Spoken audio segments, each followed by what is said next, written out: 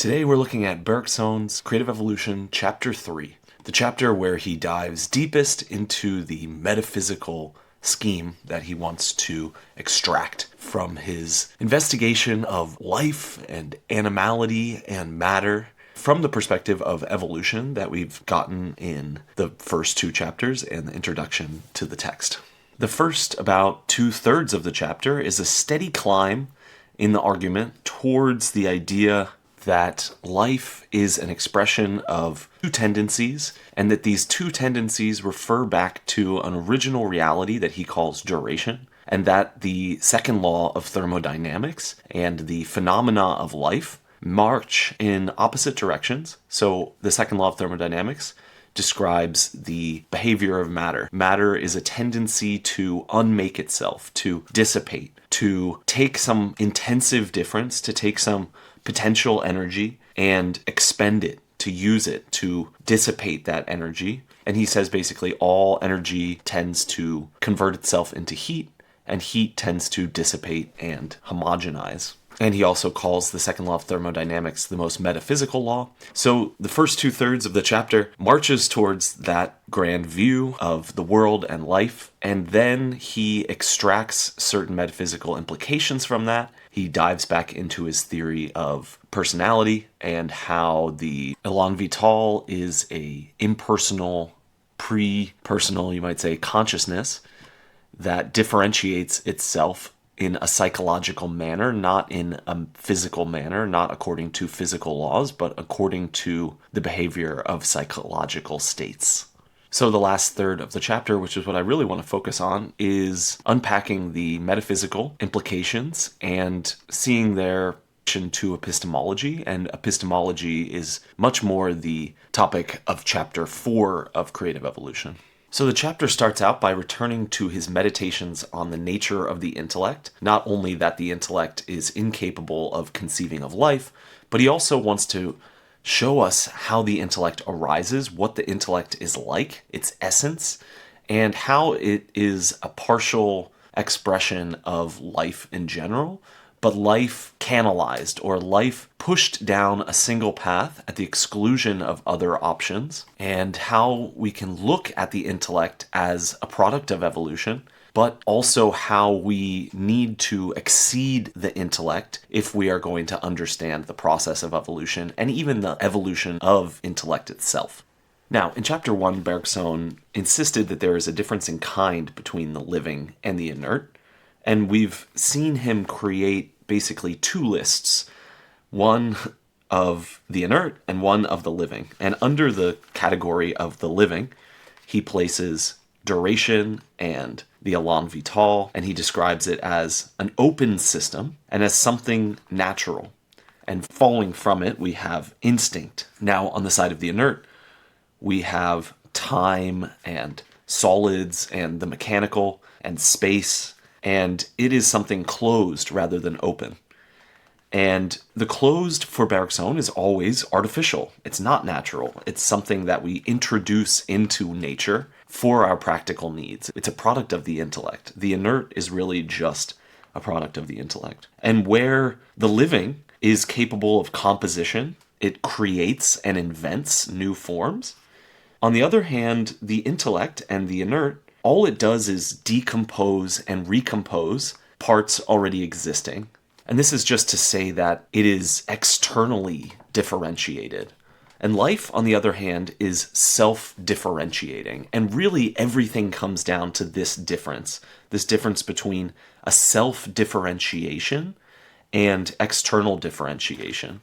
And Gilles Deleuze, in his commentary on chapter 3, when he was teaching it in 1960, makes a big deal out of this, and he's right to do so, and it becomes central to his philosophy of difference. What we need, according to Deleuze, in a philosophy of difference is something self-differentiating. It's not difference as imposed from the outside by consciousness, by intellect, but a self-differentiating within the duration of life and becoming. And Bergson shows this in the idea of the élan vital, and again, Deleuze really draws this out. He says that the élan vital, as the whole, the whole of the material world, but not just at an instant, but rather as a psychological reality that has a past.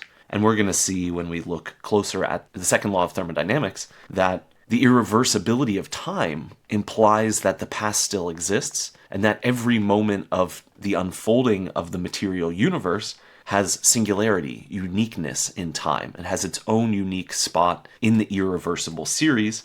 And if you've gone through 5 irreversible events, the 6th event in some way is unique because it follows those other unique events. No other event in time will ever follow from those events. And it's also, of course, unique in other ways. It's not just unique by being mediated through something else. It's unique in itself. It's self-differentiating. But it's also differentiated through its relation to the past. And so Deleuze, interpreting Bergson's ideas, and I think accurately here, says that the whole, the élan vital, is neither an interiority or a totality. Because both an interiority and a totality are an identity. They're a whole that isn't self-differentiating. Because something that's self-differentiating is actually capable of exteriorizing itself or of exceeding any totality. It's always something excessive beyond totality. So it can neither be interiority nor totality. Those concepts are entirely dependent on external differentiation. And we can look about the idea of interiority a bit more and see that it also has to do with the lack of individuality that we find in life. Life is inherently interdependent with other forms of life. This is very obvious in the case of animals and plants.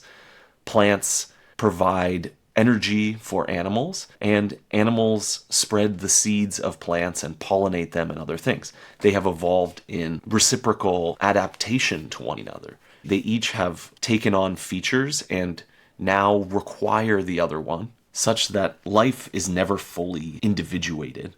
And Deleuze even says this in his commentary, that the failure to fully individualize is what characterizes life. And what this means is that life is always incomplete. Now, of course, a living being, by the sheer fact that it's living, has the completeness of life itself, but it is also a multiplicity of processes and actions, and in that sense, it is also always incomplete. The completeness that we see in life is its enduring, but that enduring is an incomplete process. And also, this is inherent to the idea of the open versus the closed.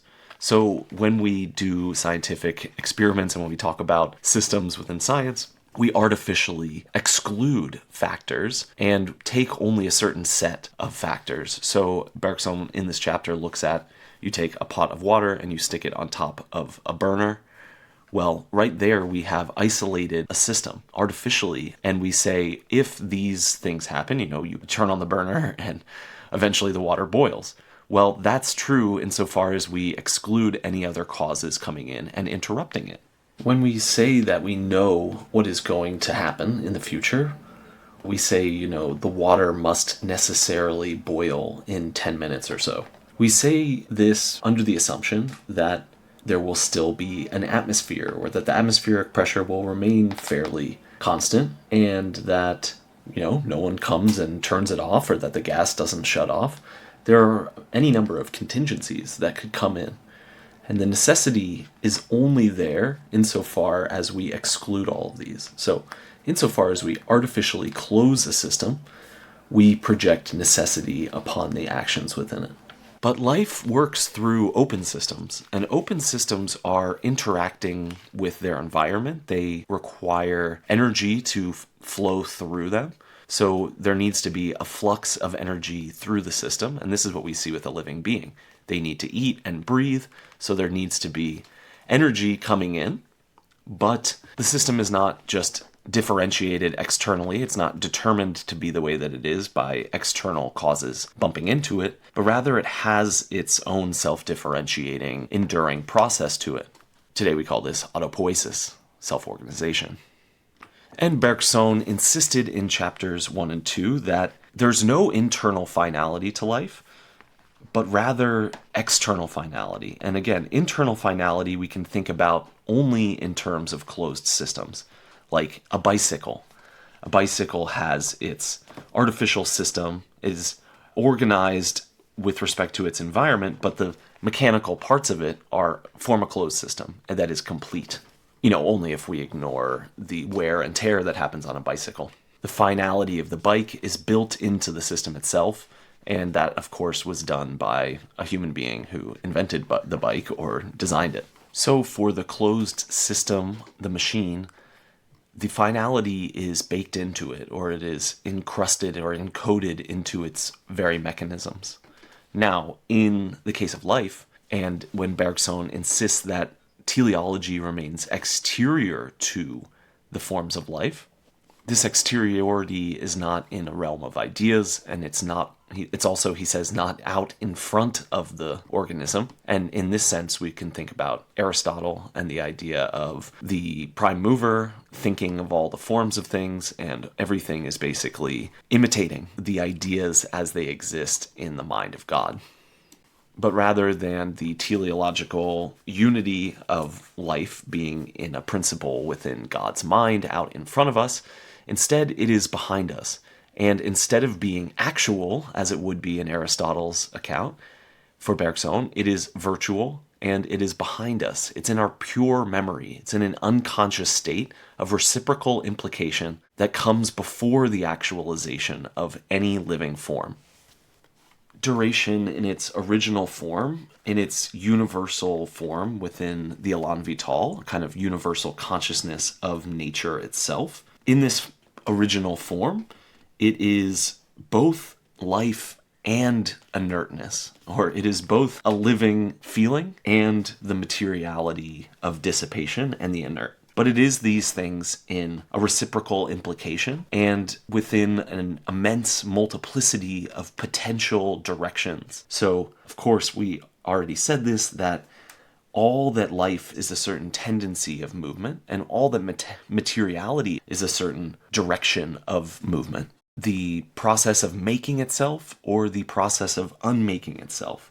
Both of these emerge from an original duration, that is universal consciousness, and are conceived through it, so that the Elan Vital is a duration that differentiates itself in a vast multiplicity of ways that we call the history of the universe and the history of life and the evolution of life. Now, duration is movement, but it's not just movement as a billiard ball going across a table, or the way that we think about locomotion in kinematics in our imaginations, or through the perception of a system, which is always, again, a kind of artificial closed system. Duration instead implies not only a movement, but a virtual movement. It implies a virtuality within consciousness, within memory, that traces the divergences in life as much as it does the actual paths taken in its movement. Life is always, in a way, facing a problem and resolving certain problems.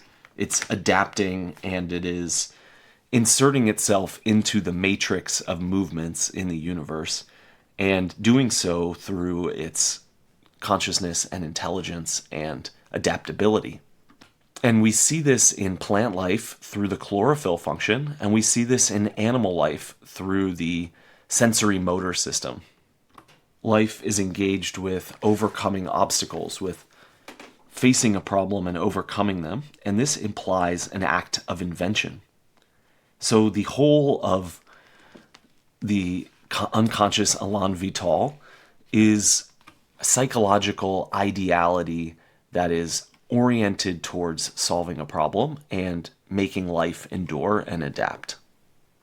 So the whole of the unconscious life of the Elan Vital includes a multiplicity of possible diversity, you could say, but this diversity is only actualized in the resistance of matter, in reacting to the dissipation of energy that it is. So as it expresses itself, its energy dissipates, and it needs to adapt to that dissipation, and that is the source of individuation, both, we could say, of species, but also of, individual people.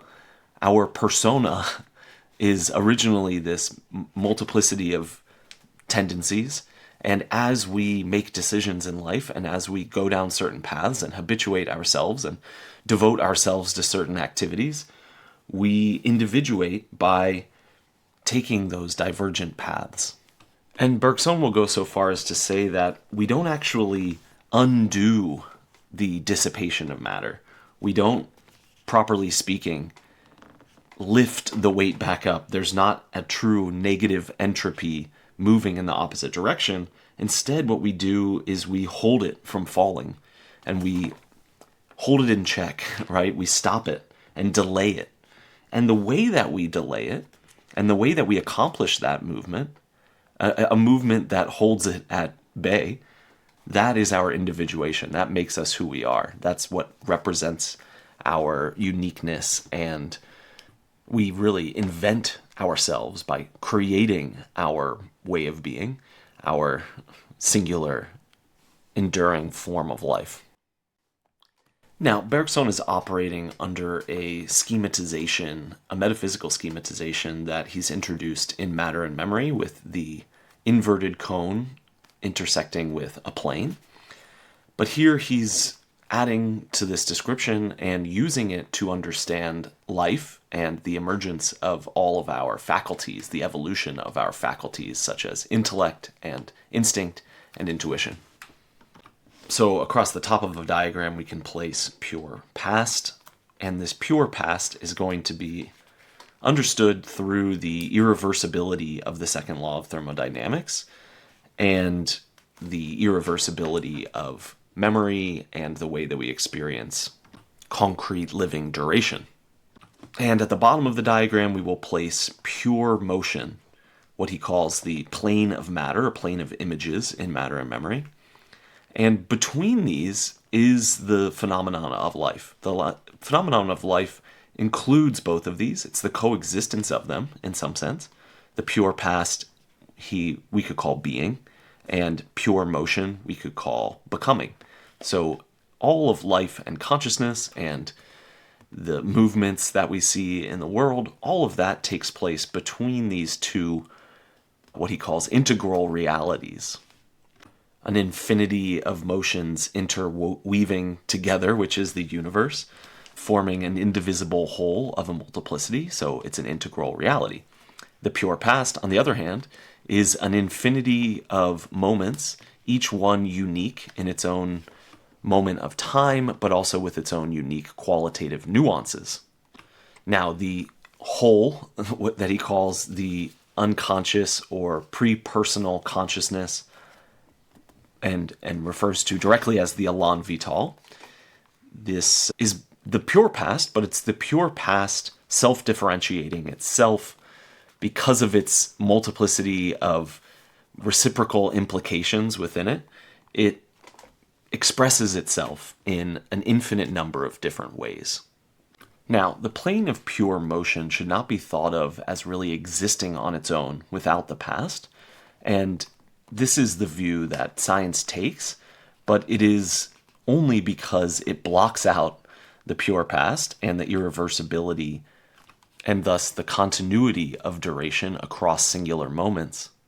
When we look at animals and complex life forms, we see that their sensory motor system is involving indeterminacy, and what it does is basically repeat the past in the present. The sensory motor system is our way of habituating our senses and our movements together in order to create these kind of pseudo-mechanisms by which a certain stimuli in the environment will trigger our habit and we will actualize a set of movements. That's the sensory motor system. And the sensory motor system plays an immense role in the last third of Creative Evolution, Chapter 3, that we're looking at. And Bergson has some really interesting things to say about the motor schema and the sensory motor system in Matter and Memory. And in Matter and Memory, especially Chapter 2, he looks at speech pathologies in order to understand the motor schema and the dynamics of our sensory motor systems. We can think our physical and mental habits that are at work when we use language, when we speak, and when we write, and when we listen. He wants to show the absolutely inseparable relation between memory and movement, or between body and mind. So let's think about this really quickly. When we speak, there are all of these articulations going on in the throat, how much breath you use, when to move your tongue to your teeth, and when to, have it move in other very complex ways. So basically, we need to learn all of these sensory motor mechanisms. And once we have those set up, we are capable of speaking without thinking about them. Now, when we listen to someone speak, we are actually activating, in a nascent state, our sensory motor system. There's some degree of our vocal cords. They're not actually moving. We don't actually have to speak under our breath everything that we hear somebody else saying.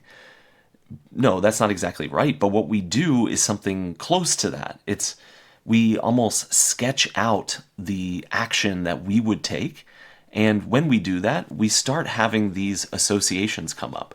A word is a series of vowels. Those vowels, when they occur in succession, create the word.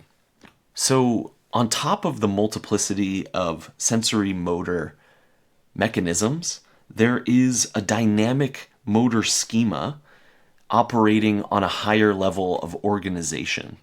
This higher level organization of the motor schema is evident when we, on the one hand, complete someone's sentence. We see that there's this anticipatory organization going on where we're anticipating the next movements within the speech. We can also take notice of the sensory motor schema in examples like there's these paragraphs where they have written words for different colors, yellow, green, red, but each word is colored by a color opposite to the word, right? So it'll say yellow, but the color of the font is red. And then your goal is to name the colors without accidentally reading the words. And what you'll find is that the motor schema is automatic. It's something that we don't have complete control over. Once we've created certain associations, it's impossible to not have them at least realize themselves for an instant, and we can correct them. But if I say, don't think about an elephant, it's very difficult not to have an image come about. Now, in chapter 2 of Creative Evolution, he points out that a multiplicity of motor schema can hold each other in check, and this opens up a new opportunity.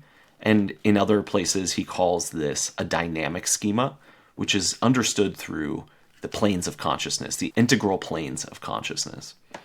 So a dynamic schema emerges when a multiplicity of motor schema are possible, and where we can hesitate in our action such that all of these motor schemas become available. And it doesn't mean we actually have to have explicit representation of every single one of them. When we're speaking, we can think about several words that we could use to describe what we're talking about. And we don't have to say every single one of those words in our head. We can kind of feel the tendency towards them. This is what I would call a latent movement. There's a latent opening or beginning of the dynamic schema. And latent here also can mean that it's beginning, right? It is a nascent movement, and it's as if we begin moving in multiple ways, and we can't move in all of those ways, right? I mean, it's like fight or flight. You begin fleeing and fighting simultaneously. You can't do both. So eventually one has to take over and the other one be repressed. So the dynamic schema sits in this place of indecision and allows consciousness to take a creative role and to guide things and affect which motor habits we use. And if the sensory motor system is all habits, and very similarly to machines, they are set up in a certain way to act in a certain way, consciousness is no longer guiding them. They are realizing themselves spontaneously. But on the other hand, when we look at our planes of consciousness, Now memory is working in a new way, and we have an infinite number of details in our memory, but we are capable of organizing all of those memories together. An idea is basically an assemblage of memories all held in tension at once, and we can do this in a number of different ways. And this is clear in what we would call experience. Experience is not just memories, and it's not just certain perceptions, but it's a way of holding our memories together, right? You learn a lesson from all of the things that have happened, right? So as you gain experience, you don't just accumulate a set of information. You don't just gain a list of things that happen, but you have a way of putting them together. You have a way of taking them all in at once and seeing how they relate as a whole. That's what Bergson calls the integral planes of memory. It's the same infinite set of details, but that infinite set is self-differentiating. It can be organized in a multiplicity of different ways. We can think about, again, like all of the stars in the night sky, and if we looked through a kaleidoscope and we turn the kaleidoscope, the way that all of the stars exist will form a new whole. And all of the parts relate to each other in a kaleidoscope because it creates a pattern by reflecting through mirrors so that each quadrant is a repetition of some other part. So it creates this image which is metaphorically representing what Bergson calls a contraction. Now, from the perspective of the multiplicity of memories of the past, in Matter of Memory, Bergson says that the pure past is the most relaxed form. When we concentrate on something, we draw it together, we pull it into attention, and we organize it in a certain way within our attentive field of conscious awareness. And in that sense, the motor schemas and our sensory motor system with its habits is the most contracted form of consciousness. And it's through a dilation and an expansion of consciousness that we move from sensory motor up to pure memory. Now, in creative evolution, he gives an opposite description, and this isn't a contradiction or a lapse in his understanding of these things. What he's understanding here is a different form of concentration and relaxation. The relaxation is within the intensity, within the tenseness of the moments of duration itself experienced psychologically or experienced within concrete duration. We can think about this in terms of melody and rhythm. If you have just chaotic notes happening without any relation to each other, without forming a continuity, without having rhythmic or melodic continuity, you have a completely relaxed, unmelodic, unrhythmic, just basically disorganized noise. In a melody and in a rhythm, the moments contract into one another. They remain reciprocally implicated and referencing each other. A melody at every moment is fully a melody, but no single instance is the melody. So it's always, in a way, stepping out of itself and becoming different from itself at every moment with the new note, with the new pulse of the rhythm. And what it does is it basically becomes different than itself, and what that does is it recuperates itself. So this is paradoxical, right? By becoming different than itself, it is capable of recuperating itself, right? Rhythm is continuously recuperating its own slackening.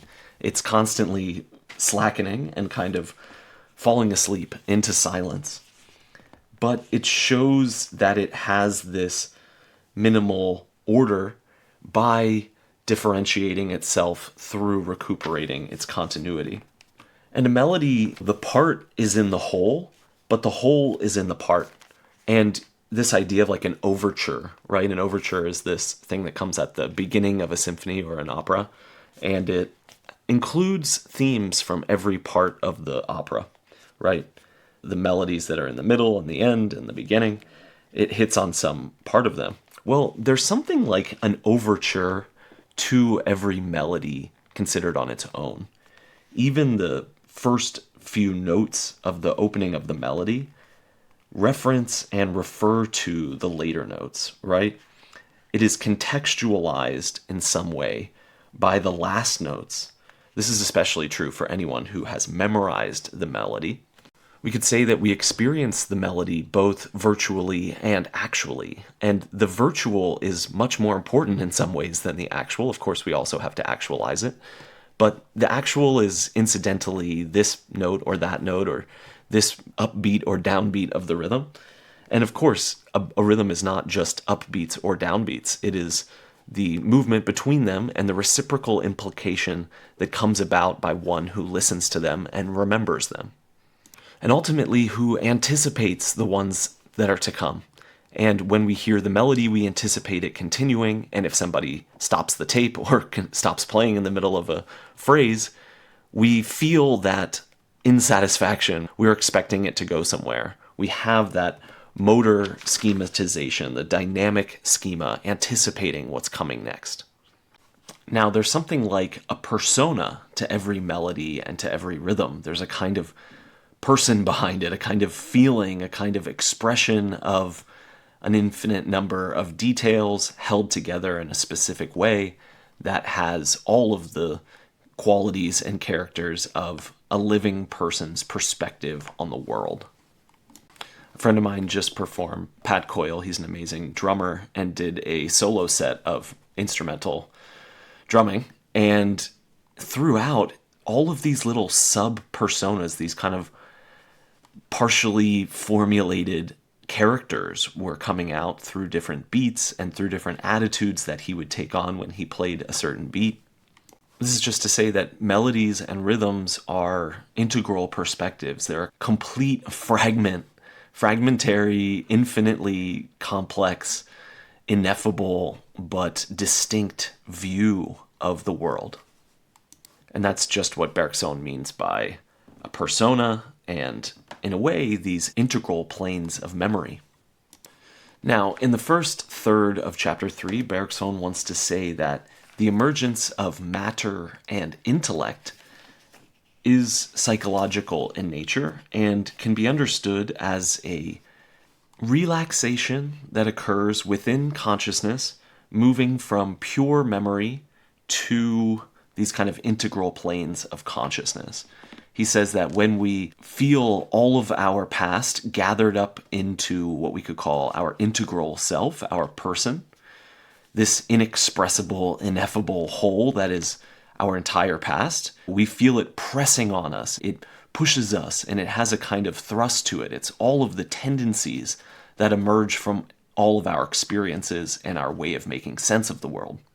Now, as consciousness digs into that and makes explicit what is implicit, and expresses what is within reciprocal implication, what we have is externalizing of what is in a state of reciprocal implication.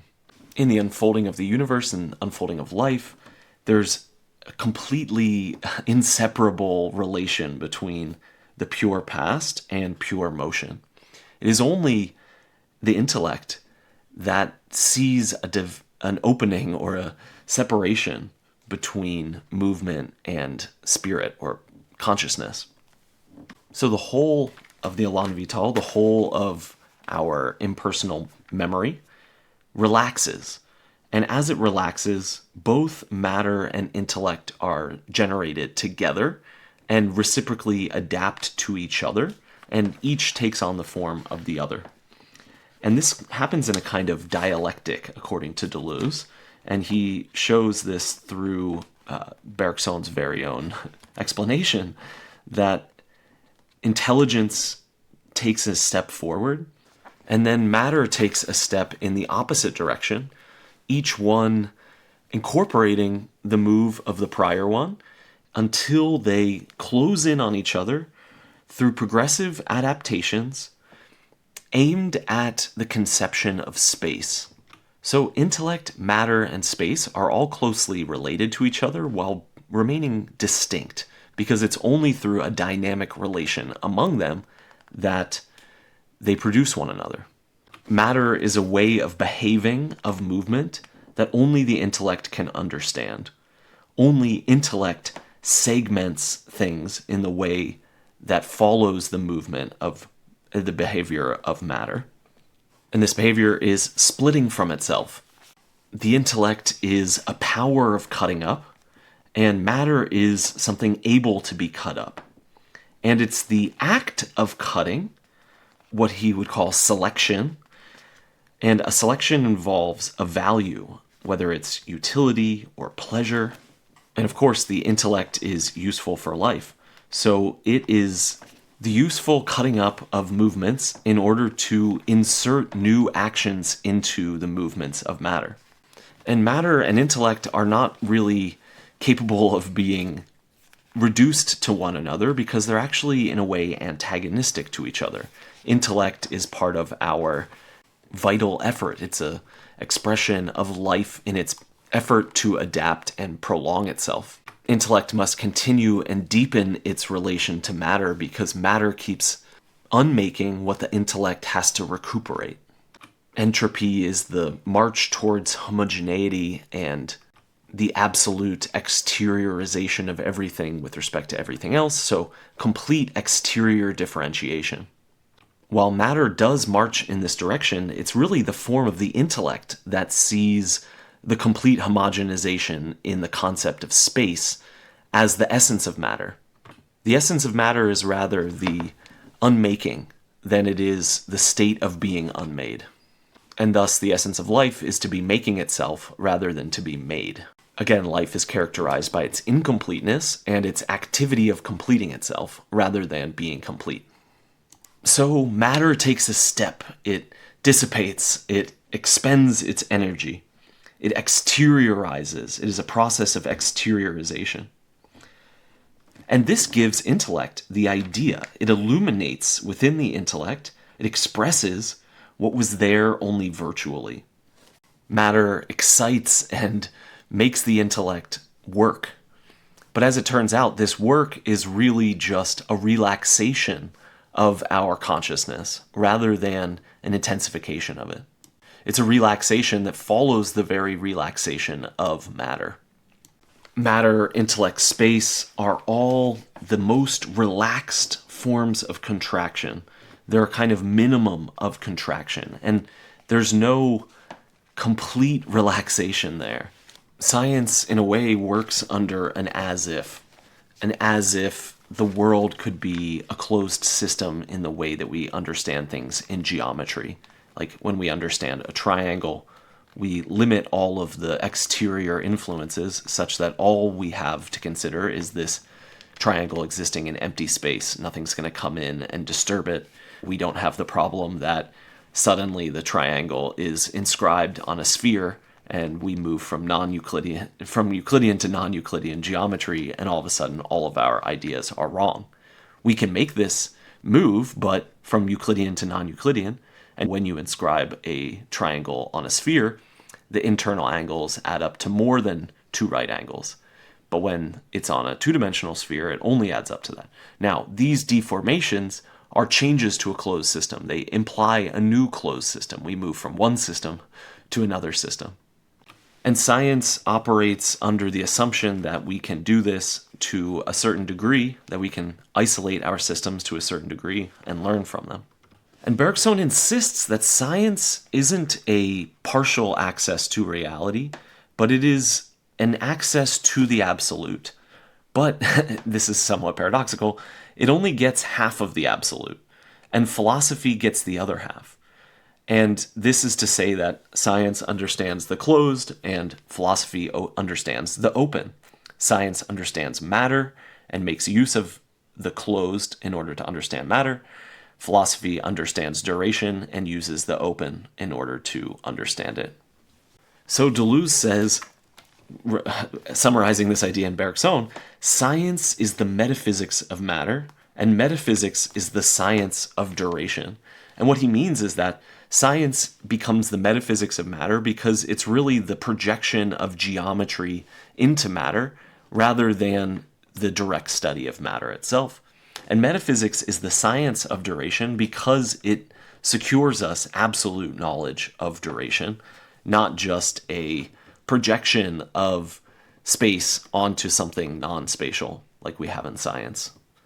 So I think when Deleuze says science is the metaphysics of matter, it's not metaphysics necessarily in a good sense, but when he says metaphysics is the science of duration, he's using metaphysics in Bergson's sense, in the way that philosophy is the contraction, the concentration of reality that grasps it as a whole and attains the absolute. Spirit is the absolute contraction, and matter is the absolute relaxation. But all of reality is really just a rhythm of duration somewhere in the middle. It's this spectrum. And we could say that the fully contracted absolute spirit is elan vital, and that the absolute relaxation in matter is just movement in the present becoming as it happens. So in a sense, matter as the complete determination and spatialization of any becoming isn't really a rhythm of duration anymore. So reality is entirely in the rhythms of duration. And while these open themselves to exteriorizations and projections into space, it's not as if they emerge from those. And these rhythms of duration are not merely quantitatively different. This is not a spectrum of quantities so much as it is qualities and styles. A change of degree is a change of kind and a change of quality. And even movements themselves should not be understood as quantitatively different from each other. Movements are imbued with quality, right? This is obvious in things like gesture and expression. Even posture is a way in which the body has meaning, right? A facial expression, a gesture, and a certain posture are all expressions of meaning through movement, or we could say meaning-making movements. So when we look at the absolute from the perspective of philosophy, we see differences in kind. And when we look at the absolute through science, at matter, we see differences of degree. And both are true, but the differences of degree never explain the reality. They only explain the relationality when we consider things through closed systems, which is to say when we look at them artificially and abstractly. And Bergson is not eliminating the intellectual side, he's just putting it into its proper context. So we see that the evolution of life, the emergence of diversity, is understood in a way through matter and through dissipation, because these are the sources of individuation. But the problem is that if we look entirely at that and we don't see the absolute unity through duration, through the virtual unity of the elan vital, and we try only with the products of the intellect to understand the origin of life, or the origin of matter, or the origin of intellect, we'll misunderstand all of those. Life differentiates because it encounters an obstacle. And when it encounters an obstacle, it has three options, Deleuze says. First is it can differentiate. It can step out of itself and become different than itself in the act of recuperating and making itself in the next instant. So when life encounters an obstacle, it can differentiate. It can also fail to adapt and not differentiate. But it can also make half successes, and this is really important. He says that this is actually the key source of what we could call morphology, animal and plant morphology. The history of life and even human history is this series of semi-failures. These semi-failures delay a complete failure and they overtake it, they overcome a complete failure. The chlorophyll function in plants and the sensory motor system in animals are the semi-failures with specific morphological adaptations to their situation, implying that they involve both accidental and essential aspects of vitality and evolution. So now picking up Bergson's text, I'm going to read and comment on a really important part of chapter 3, maybe the most important part, titled The Meaning of Evolution. And obviously the book Creative Evolution, a section directly on the meaning of evolution, should be very important. And we see him summarize the main points of the book before it and then take it further and develop this idea of the sensory motor system and, above all, the psychological nature of life and the elan vital and how duration unpacks its inner potential and becomes both matter and morphological expression in animals and plants. This is on page 121 of Don Landis' translation. The elan of life that I am discussing consists, in short, in a need for creation. The elan is not capable of absolute creation, since it encounters matter, that is, the inverse movement of its own movement. But it takes hold of this matter, which is necessity itself, and attempts to introduce into it the largest possible amount of indetermination and freedom. How does it go about doing this?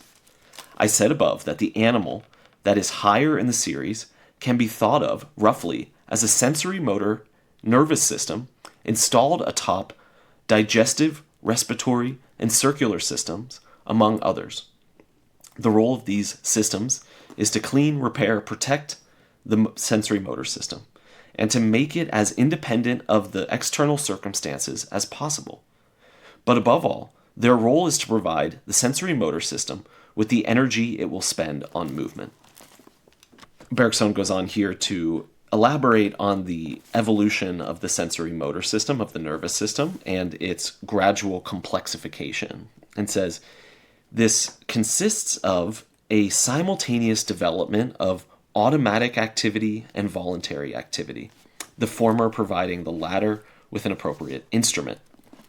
That means exactly what I was describing earlier, that when we form all of these automatic activities in speech, when listening, for example, this is an instrument by which our voluntary activity can then express itself without having to manage every single action of the mouth and the throat, and even how we connect meanings together and search for different words. Okay, continuing here. So in an organism like ourselves, a significant number of motor mechanisms are set up in the spinal cord and the medulla, merely awaiting a signal to set free the corresponding action.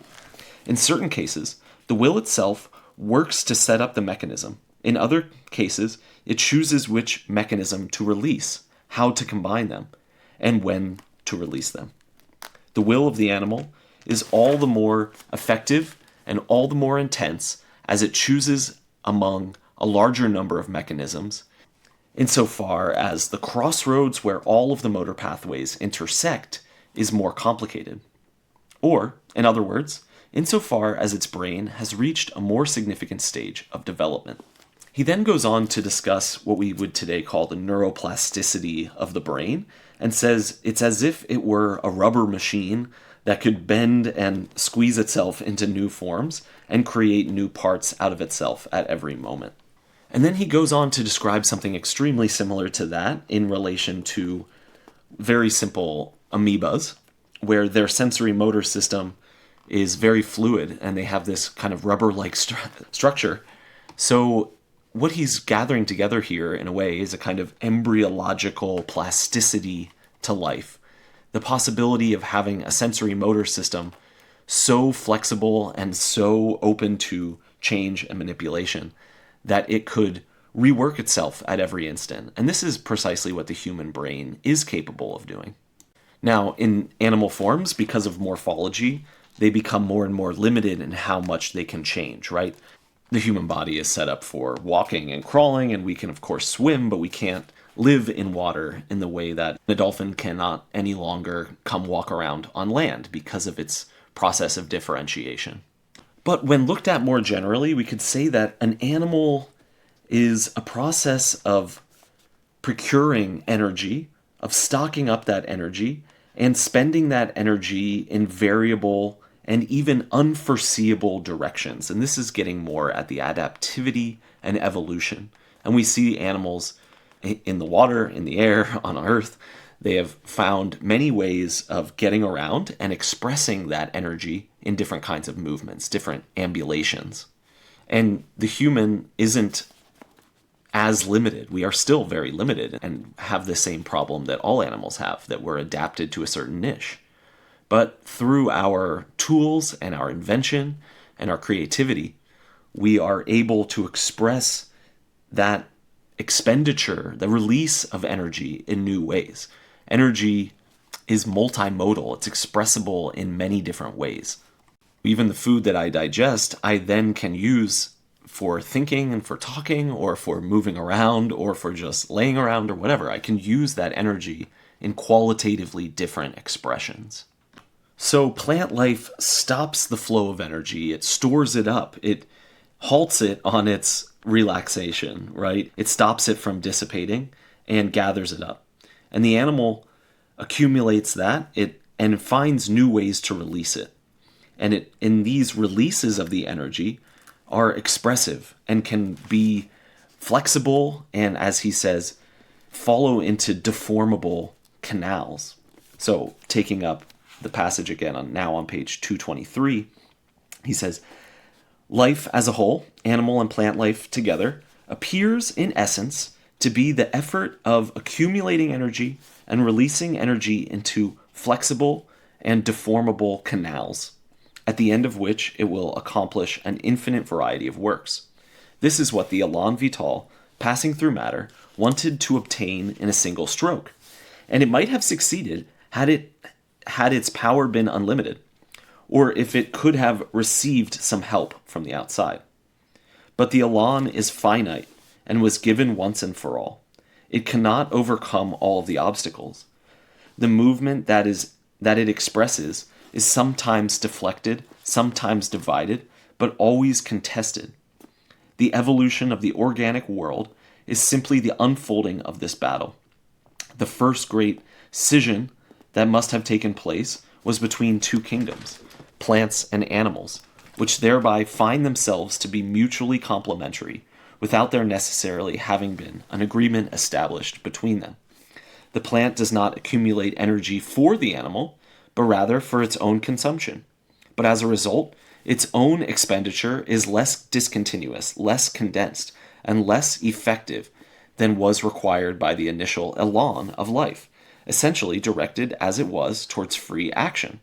A single organism could not simultaneously and with equal force sustain the two poles of gradual accumulation and sudden realization. This is why, all by themselves and without any external intervention, through the simple effect of the double tendency involved in the original élan, the resistance that matter opposed to this élan, some organisms lean in the first direction and others in the second. Many other splittings follow from this first one, hence the diverging lines of evolution, at least in terms of their essential characteristics. But we must also consider regressions, halts, and accidents of all sorts. And above all, it must be remembered that each species behaves as if the general movement of life came to a halt in it, rather than passing through it. The species thinks only of itself, and lives only for itself. This is the source of innumerable battles that take place in the theater of nature, and it is the source of a striking and shocking dichotomy, though we must not hold the principle of life to be responsible for this dichotomy. Contingency plays a large part in evolution. The majority of forms adopted, or rather invented, are contingent. So too is the dissociation of the primordial tendency into some complementary tendency that creates the diverging lines of evolution. That is, relative to the obstacles encountered in a given place at a given moment. The halts, the regressions, are contingent. The adaptations, to a large extent as well, are contingent. Only two things are necessary.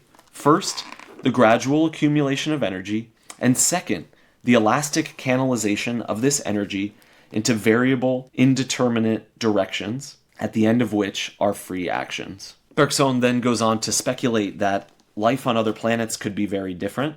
It could have completely different forms. It could not be carbon-based life even. But what would be the same is that it does precisely this.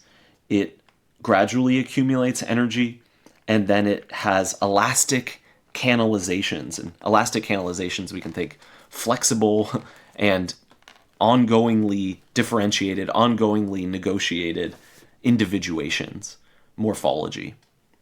What is essential to life is this particular relation that it has to energy, that it stalls it, and that it canalizes it, that it uniquely and creatively finds ways of expending that energy as it sees fit. Now, the way that chlorophyll fulfills the stalling of energy dissipating is particular to the plant life on Earth, and there are other ways of doing that. Now, with respect to animals and the sensory motor system, Bergson says that only the sensory motor system and its functions would be similar. And of course, they would be as different as animals are, right? I don't have sonar and cannot experience the world in that way. But sonar is a sensory motor system, and it works through the animal's ability to get around in the world. Here, I'll read the passage on 224. Only the sensory motor function would have been preserved, if not in its specific mechanisms, at least in its effects. Life then probably develops on other planets, and other solar systems as well, in forms that are inconceivable to us, and in physical conditions that would seem, from our point of view of our own physiology, to be absolutely abhorrent to life. If life essentially aims at capturing usable energy so as to spend it in explosive actions, it surely chooses, in each solar system on each planet, like it does on Earth, the most appropriate means to obtain this result in light of the conditions that it is subject to. So essentially, the essence of life is to slow down the relaxation of matter. It's to slow down and accumulate energy amidst the dissipation of energy. This is just to say that life is an open system far from equilibrium that stores and expresses energy in new ways. And continuing on 225 at the bottom of the page, Bergson asks the question, why was the singular elan vital not imprinted upon a single body? And that could have continued evolving indefinitely. And he says, this question arises, of course, when we compare life to an elan. And life must be compared to an elan, since there is no other image borrowed from the physical world that gives a better idea of it. What he means here is that the elan is known by us in our effort, in our lived hesitation and impulse. And he continues, but this is only an image. Life is in fact the psychological order, and the essence of the psychological is to envelop a confused plurality of interpenetrating terms. In space, and only in space, a distinct multiplicity is undoubtedly possible. One point is absolutely exterior to another point. But pure and empty unity or oneness is itself only encountered in space. This is the unity of a mathematical point.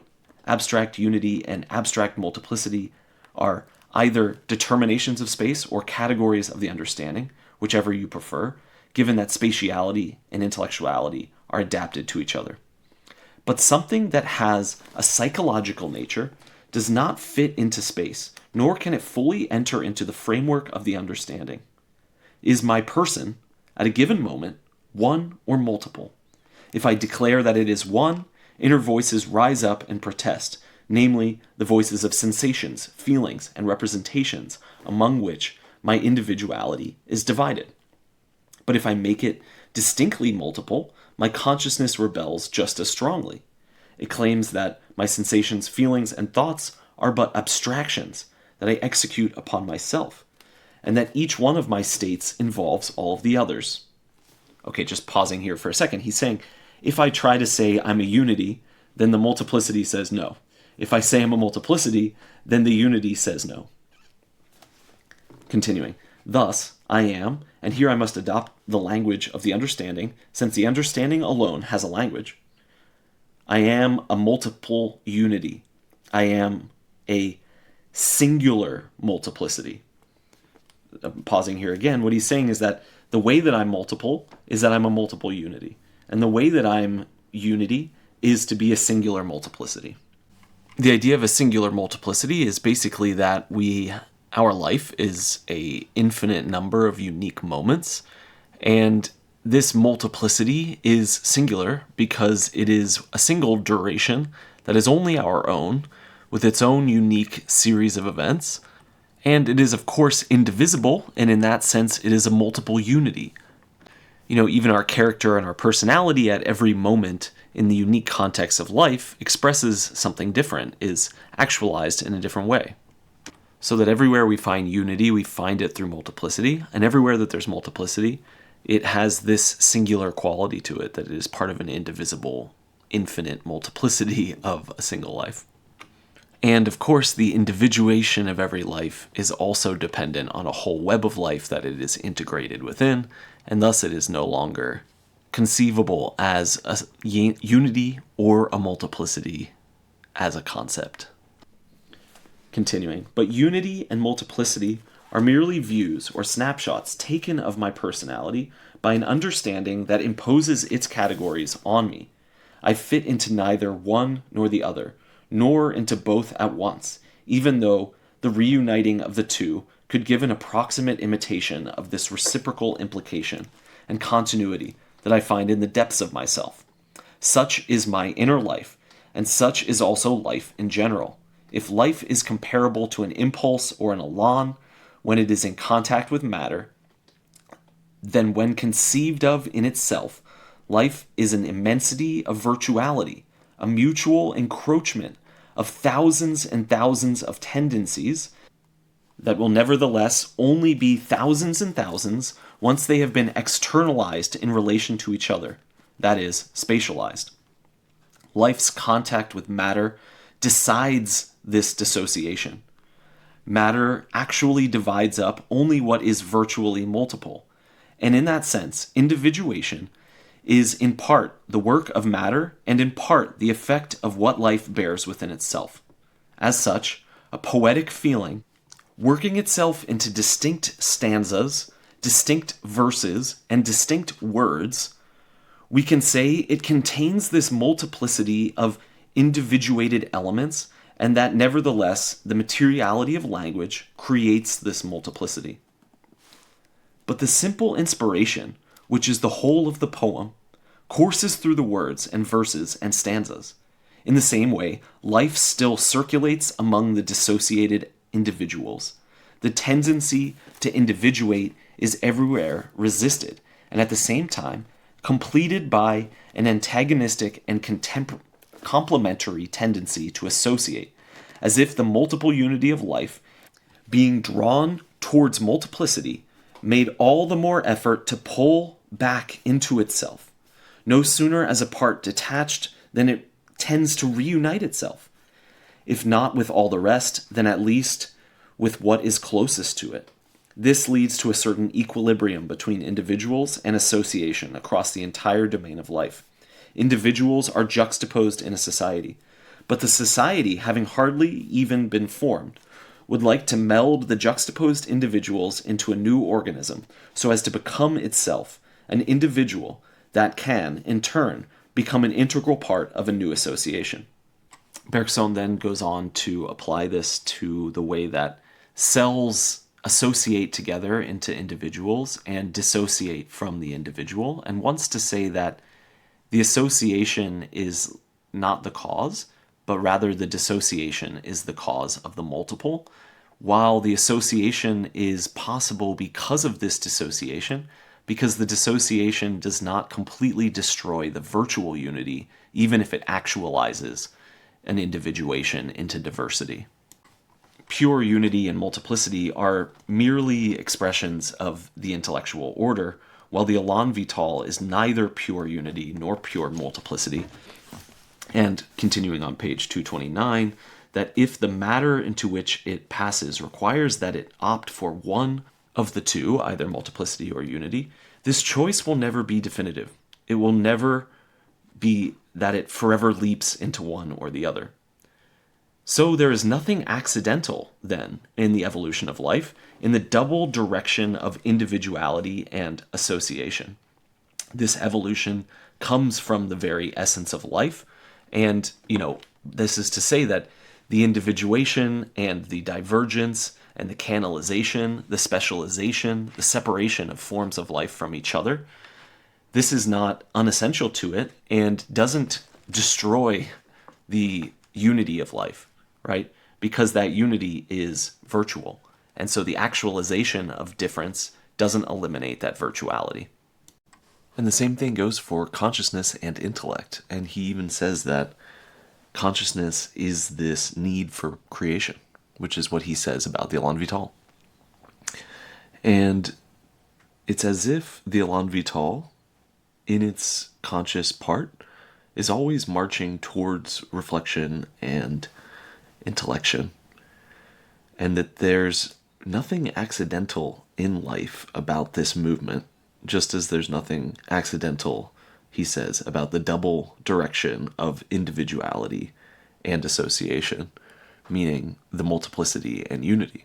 Now, the creativity of consciousness only shows itself when creation is possible, and consciousness goes to sleep when life is condemned to automatism. It awakens at the moment that the possibility of a choice is reborn. This is why organisms lacking a nervous system, that consciousness varies in proportion to the power the organism has for locomotion and deformation. The way that consciousness can wake up is always in proportion to the sensory motor system, the nervous system, and the ability for the animal to perceive and do many things. And all of this is complicated within the brain, where all the pathways, he says, and we can think a certain disturbance comes through the sensory system and it moves through the brain. And within the brain, there are a multiplicity of possible executions of actions based on habits already contracted. And the animal, by hesitating between its actions and its reactions, gains in freedom, gains in consciousness, is able to make decisions and involve indetermination in its action in proportion to these crossroads between action and reaction and the delay that it's able to introduce into that system. And this implies a sort of independence between the organism and its consciousness. And this leads Bergson into the second to last section of the chapter, titled Humanity, where he not only looks at the relation between humans and other animals and the rest of nature, but also at the way that the brain and the psychical states and consciousness all relate to each other. He mentions that this is a topic he's discussed in other places. He's discussed it in Matter and Memory, as well as in an essay in Spiritual Energy called Le Cerveau et la Pensée, or The Brain and Thought. Bergson argues against various forms of what we today call eliminativism, theories that make consciousness either an epiphenomenon, something that is a byproduct of physical phenomenon but doesn't have any real effect in itself, or theories like parallelism that say that the mind is just expressible entirely in terms of the physical causes, and we can ignore the inner life of consciousness. And Bergson thinks that these theories are only valid in any way when we focus entirely on analysis. We can think here of anatomy and behavioralism and mechanistic physiology, things like that. All of these theories miss what is essential to life. They don't treat the living being as a living being. And in order to do so, we have to see that the living being is a center of action, which is to say a sum of contingency that is introduced into the world. And on page 230, he uses this image of the edge of a knife, and the knife as a whole represents consciousness, while the razor-thin edge of the knife represents the brain and its ability to insert new movements into nature, into matter. And elsewhere, including Matter and Memory, he shows that the psychical being as a whole, which includes our whole past, our whole person, all the nascent and implicate movements and memories, all at once without being actualized, existing or coexisting together, or we might even say subsisting. These exceed the conscious state, and the conscious state exceeds the brain state. The brain state is the sharp edge that is capable of inserting consciousness into nature and matter. Now, the way that this happens between humans and animals, Bergson insists, is quite different. And there's no reason to think that the two brains of a ape, for example, the next most intelligent as far as Bergson thinks, to humans, and the human brain. And they're not commensurate, which means they don't have a common measure. And Bergson says this not because we don't both have differences of complexity, right? There isn't only a difference of complexity between different apes, but also between apes and humans, and then again between different humans. And you can think, as we grow up and learn things, our brain becomes more complicated. Our sensory motor system becomes more complicated. We become capable of perceiving and doing more things. But he says they're incommensurate because there's this difference between limit and unlimited. So it's not actually a difference of degree, but a difference of kind. Because between limit and unlimited is the same as the sort of qualitative difference between the closed and the open. And what this all comes down to really is a difference of direction. That for the animal, everything is still focused on survival, on niche development, right? Animals are canalized, they're specialized, they go down a certain path, and they are committed to that path, and they must manage it, and they must be worried about it, and keep their attention focused on that. And of course, it's true that humans are also caught in this direction, but humans are also capable of turning towards pure creativity that isn't just a niche adaptation or an effort to fulfill some vital need, but becomes a new type of effort altogether, an effort of a qualitatively different sort, aimed entirely at liberating consciousness. In animals, there are these flashing moments when consciousness is liberated, but in humans, there's a new effort that turns towards the liberation of consciousness itself. And consciousness liberates itself, rather than being liberated by its action in certain instances, when it hesitates, but rather than being this flickering illumination that is engaged with life and with the movement of life. Instead, it becomes an act which frees itself and whose object is itself, such that it lifts itself up and frees consciousness. In a way, you could say it's the difference between consciousness freeing life and consciousness freeing itself. So on page 231, he says, it is up to that point, the history of life was an effort by consciousness to lift up matter, and of consciousness being more or less completely crushed by matter that fell back upon it. The project was paradoxical. That is, if one can speak here metaphorically of a project and of an effort, is an attempt to create out of matter, which is necessity itself, an instrument of freedom, to fabricate a mechanism that could triumph over mechanism, and to make use of nature's determinism in order to slip through the gaps of the net that it had set. So what he's referring to in that passage is, on the one hand, the chlorophyll function, and next, the sensory motor system of the nervous system and its growing complexity. That is the instrument of freedom. Now continuing. But consciousness, everywhere other than in man, gets caught by the net, whose gaps it wished to slip through. Consciousness remained captive of the very mechanism that it itself had set up. The automatism, which consciousness claimed to draw in the direction of freedom, coils back around it and drags it down. Now here we can think not only of automatisms, but of habits, which are forms of automatism, and in general, all the ways in which we pre-program our lives through induction to anticipate the future. All of that falls under automatism. So a large portion of consciousness consists in fabricating mechanisms to overcome other mechanisms, but every solution, in a way, draws us back down. Continuing the passage on 231, consciousness does not have a force to free itself, because the energy it had stored up for action is almost entirely employed in maintaining the infinitely subtle and essentially unstable equilibrium to which it brought matter. But man does not merely maintain his machine. He is able to make use of it as he pleases. He owes this ability, of course, to the superiority of the brain, which allows for the construction of an unlimited number of motor mechanisms, to continuously set up new habits atop old ones, and by dividing automatism against itself, to conquer it. Now, that image we saw already in chapter 2 of the sensory motor schema being put against each other in order to cancel each other out. Continuing on 232.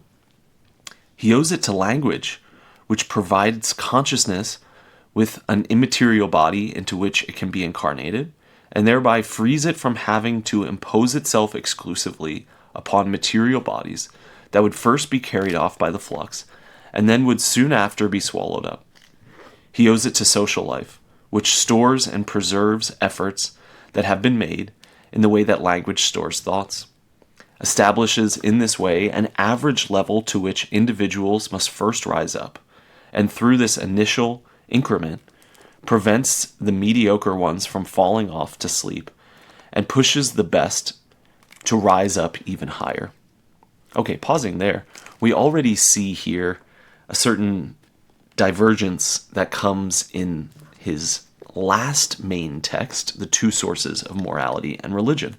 And here we see what he there calls closed morality, which is this social pressure for everyone to rise up to a certain level, this averaging of the sensory motor system, the averaging of its power and sensations and reactions.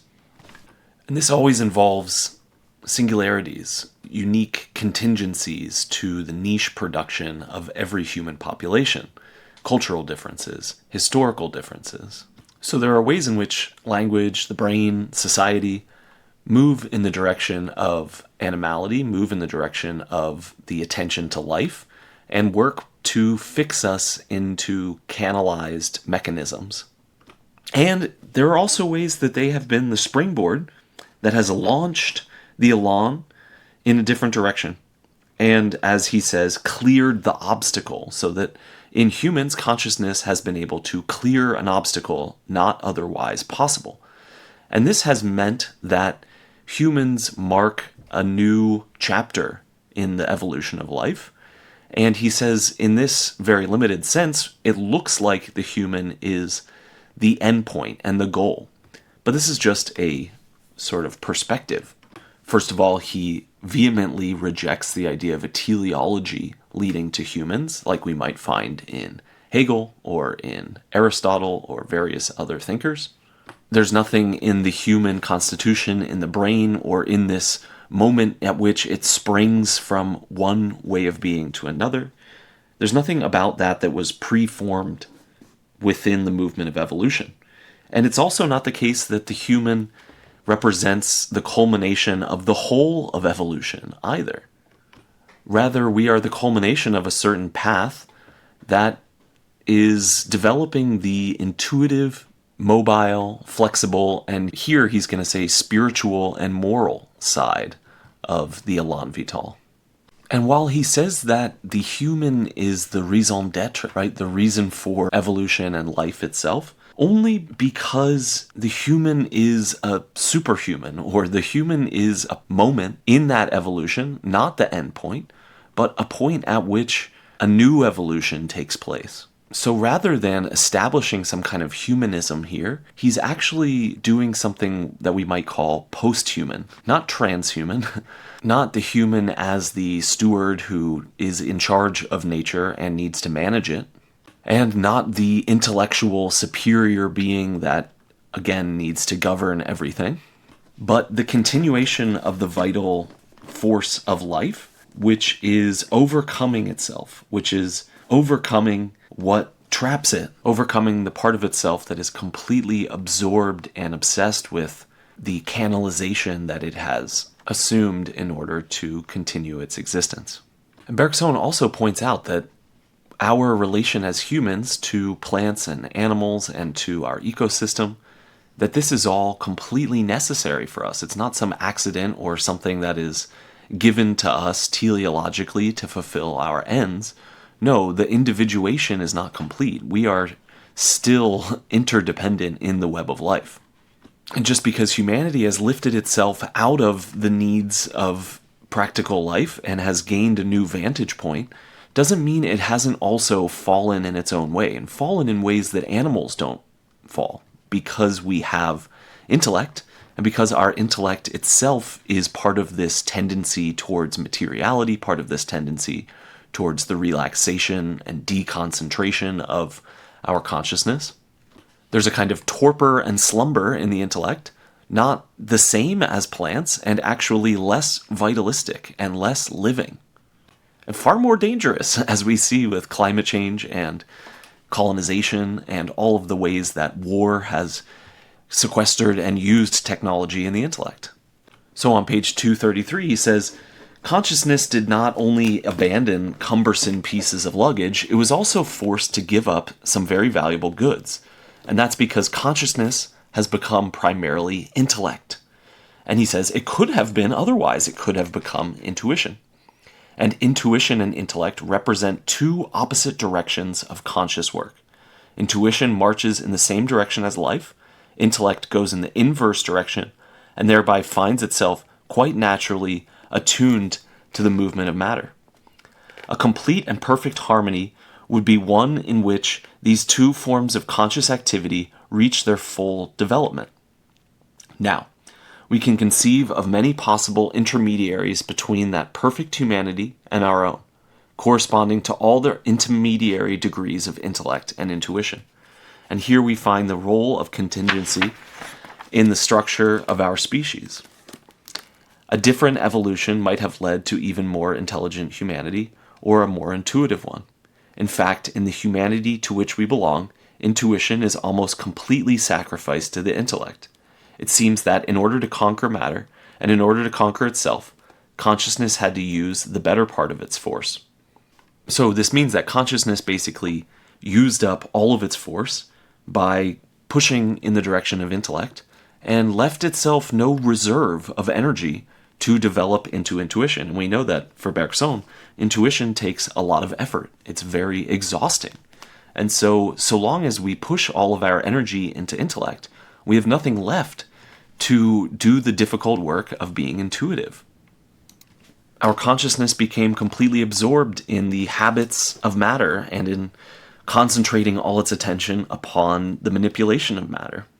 And just as in animals, there's this very small flickering of consciousness that is almost extinguished, so too in us. There is a nearly extinguished lamp that needs to be rekindled and can only be done so for only a few instants. And as he says, in the end, it is rekindled wherever a vital interest is at stake. Intuition casts a flickering and weak light upon our personality, our freedom, the place that we occupy in the whole of nature, our origin, and perhaps even our destiny. But this light is no less pierces the obscurity of the night by which the intellect abandons us.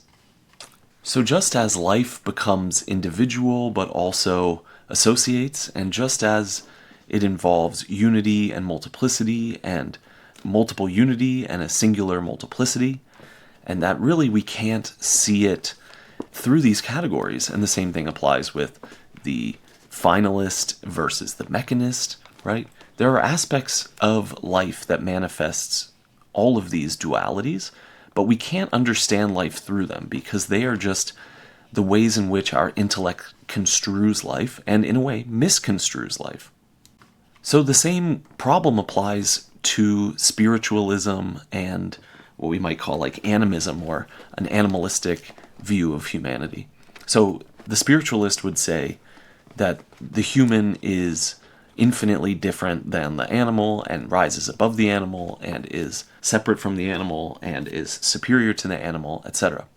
Versus the animalistic perspective would just say there's no difference, and maybe there's differences of degree, but certain animals have degrees better than us of their perceptual faculties and etc. And maybe even they have better sympathetic and intuitive faculties than us, even if we have more advanced languages and things like of that nature. Bergson says that these theories will always have the same problem of the multiple and the one, and of teleology and of finalism, is that life includes both in a virtual reciprocal implication.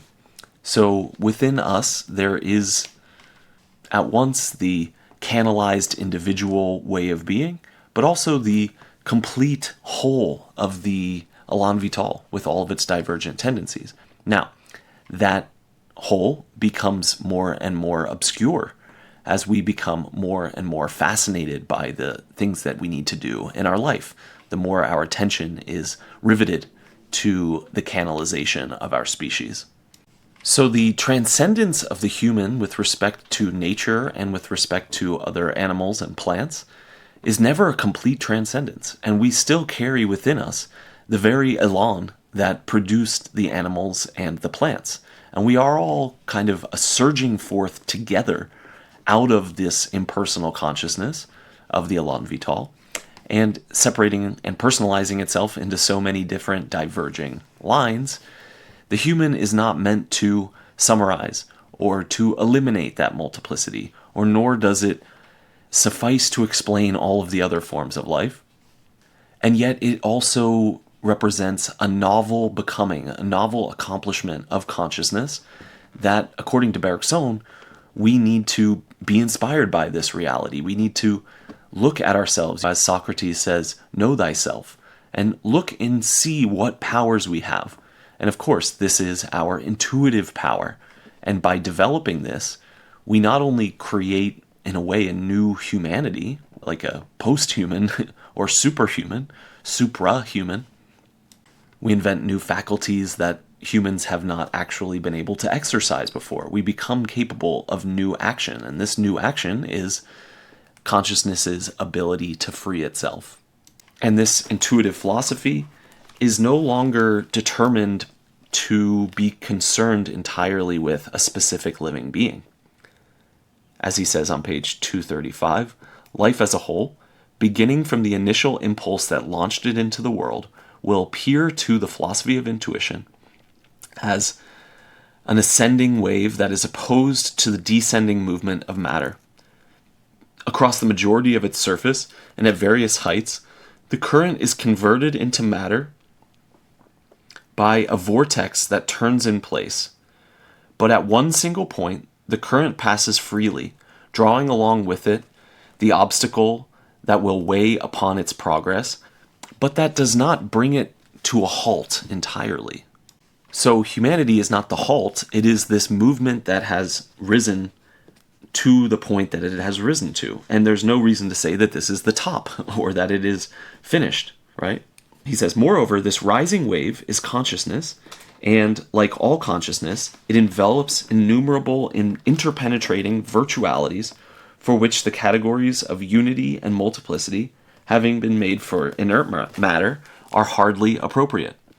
Only the matter that this wave sweeps along with it, and into whose interstices it inserts itself, can it divide the wave up into distinct individualities. The current thus continues along, passing through human generations and subdividing itself into individuals. This subdivision was vaguely suggested in it, but without matter, it would have never become pronounced, right? So again, there's these virtual possibilities within the élan, within this wave, within this movement, this gesture of ascending wave, that implies or implicates the possibility of subdivisions, but these subdivisions are actualized by matter. And then he says, going on to page 236, this is how souls are continually being created. Nevertheless, in a certain sense, they pre-existed. They are nothing other than the small streams into which the great river of life divides itself up, flowing through the body of humanity. The movement of a current is distinct from that through which it flows, even though it must necessarily adopt its various sinuosities. Consciousness is distinct from the organism that it animates, even though it must suffer certain of its vicissitudes. Possible actions, whose rough outlines are contained in the state of consciousness, receive at each moment the beginning of a performance in the nervous centers. In the same way, the brain accentuates at each moment the motor organization of the state of consciousness. But that is the extent of their interdependence between consciousness and the brain. The fate of consciousness is not tied to the fate of the cerebral matter. In short, consciousness is essentially free. It is freedom itself, but it cannot move through matter without coming to rest upon it, and without adapting itself to it. I call this adaptation intellectuality, and the intellect, turning itself back towards acting consciousness, that is, free consciousness, naturally forces it into the frameworks into which it customarily sees matter being inserted. The intellect will thus always see freedom in the form of necessity. It will always neglect the aspect of novelty, of intellectual creation inherent in the free act. It will always substitute for the action itself an artificial and approximate imitation obtained by combining the old with the old and the same with the same. Again, this is what he's saying about invention. We cannot know an invention. There's no aspect of an invention that is explainable through pre-existing technologies or anything like that, if it's truly an invention.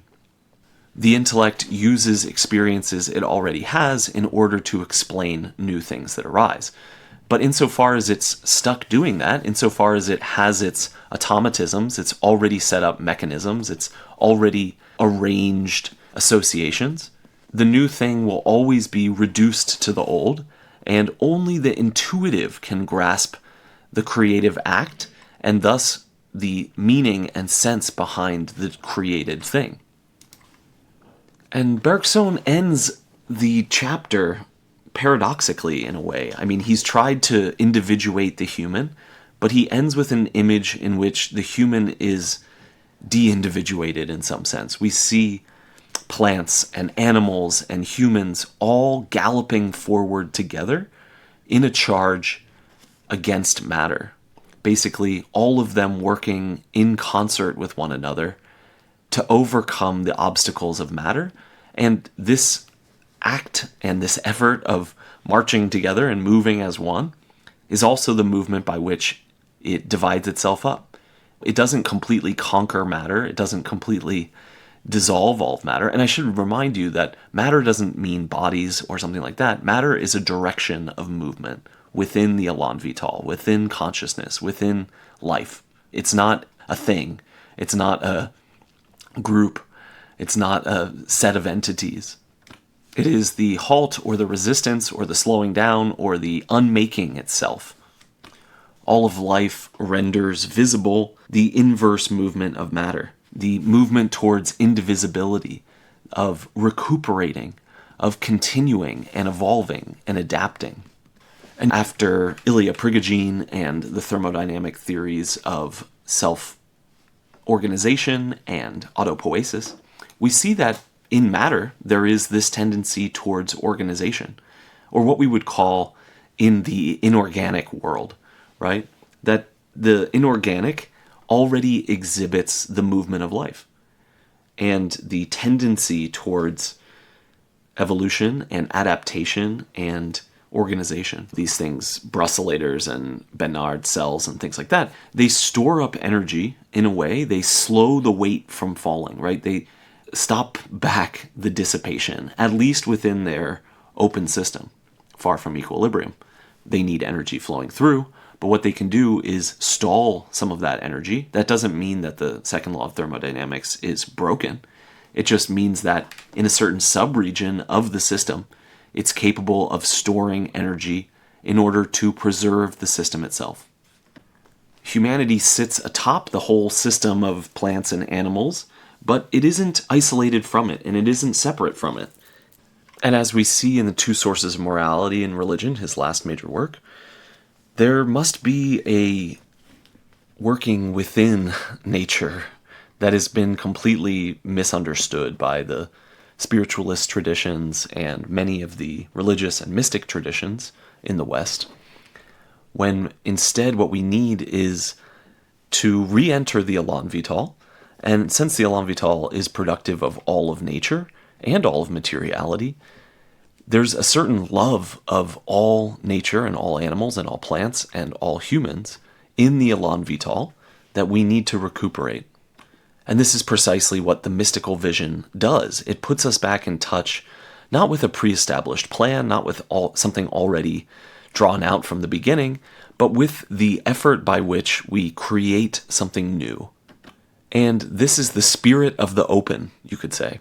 And the whole difference in kind between the closed and the open, between habits of automation and invention, on the other hand, that creates something entirely new and even creates new meaning. Ultimately, what the mystic does is create a new vocation, a new sense of purpose, a new sense of how to make ourselves and our world and our community. And this is the essence of life. This is the meaning of life, that we figure out how to enrich our expenditures of energy and how to time them properly and how to orchestrate them with other movements. So there's not this kind of giving up and putting ourselves back into the system of necessary relations and seeing ourselves as a cog within a machine. And rather there is this taking up of the whole, placing ourselves back into the duration of the universe as a whole, seeing that our individuation is always partial, and feeling the potential that we have within us to create and to shift the horizons of things, not merely rearranging the parts, not merely putting things together in a better way, but creating new forms of matter, new forms of intellect, through our creative effort, through the Elan Vital, through this power of the opening, the freeing, the expressing, and the enriching of consciousness and action.